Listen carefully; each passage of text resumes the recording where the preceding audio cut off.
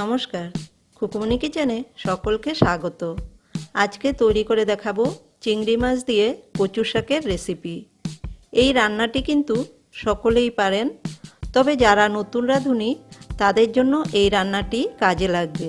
খেতে অসাধারণ হয়। কচু শাক কেটে নিয়ে খুব ভালো করে ধুয়ে নিয়েছি। আপনারা যখন কচুর শাক কাটবেন তার আগে হাতে সর্ষের তেল লাগিয়ে নিতে হবে, তবে আর হাত চুলকাবে না। এবার শাকটা সিদ্ধ করার জন্য সসপ্যানে বেশ খানিকটা জল গরম করতে বসিয়ে দিয়েছি। এবার জলের মধ্যে দিয়ে সিদ্ধ করে নিব। এখন শাকটা অনেকটাই বেশি আছে, রান্না করার পর কমে গিয়ে অল্প হয়ে যাবে। এখানে নিয়েছি 250 গ্রাম চিংড়ি মাছ। মাছগুলো কেটে নিয়ে ভালো করে ধুয়ে পরিষ্কার করে নিয়েছি।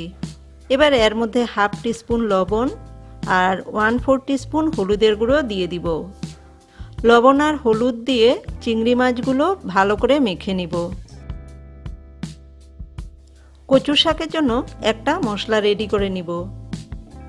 বাটিতে 1 টিস্পুন আদা বাটা নিয়ে নিয়েছি। এর মধ্যে 1 টিস্পুন জিরের গুঁড়ো, হাফ টিস্পুন ধনে গুঁড়ো, হাফ টিস্পুন লাল লঙ্কার গুঁড়ো, হাফ টিস্পুন হলুদের গুঁড়ো আর হাফ টিস্পুন গরম মশলার গুঁড়ো দিয়ে দিব। অল্প জল দিয়ে মশলাটা গুলে নিব। কচু শাকের জন্য মশলা রেডি। এদিকে আমাদের কচু শাক সিদ্ধ হয়ে গেছে।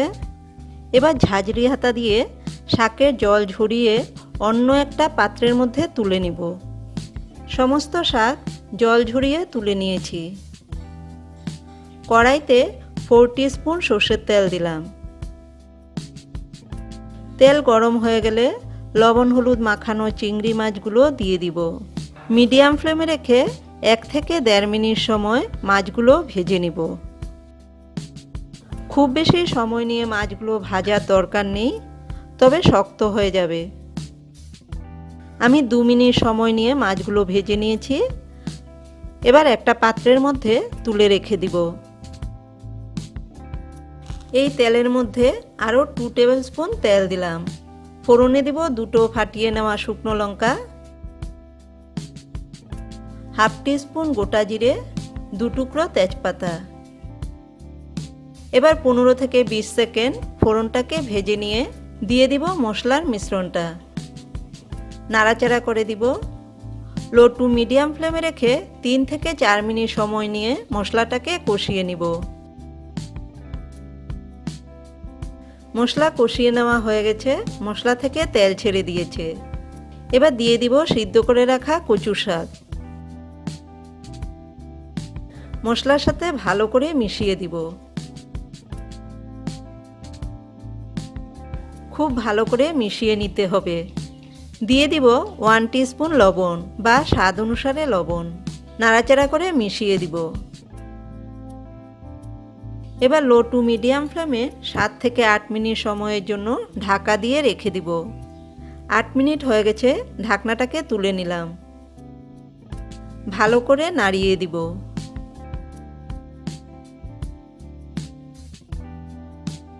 আবারও 5-6 মিনিটের জন্য ঢাকা দিয়ে রেখে দিব।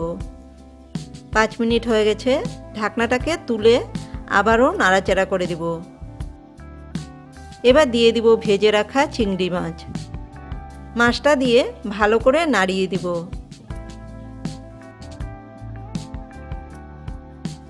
বারবার নাড়াচাড়া করব আর কচু শাকটা ভালো করে ভেজে নিব। কচু শাকের মধ্যে যেন একটুও জল না থাকে।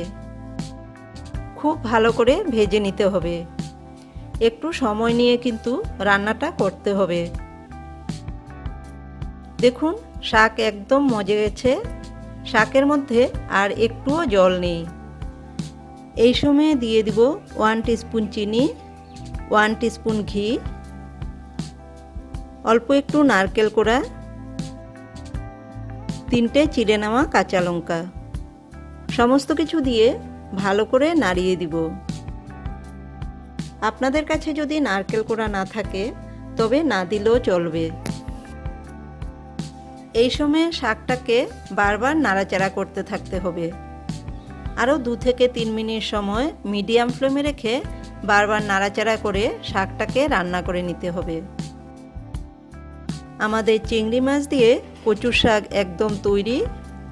গরম ভাতের সাথে এই কচুর শাক খেতে অসাধারণ লাগে। রেসিপিটি কেমন লাগলো কমেন্টের মাধ্যমে অবশ্যই জানাবেন।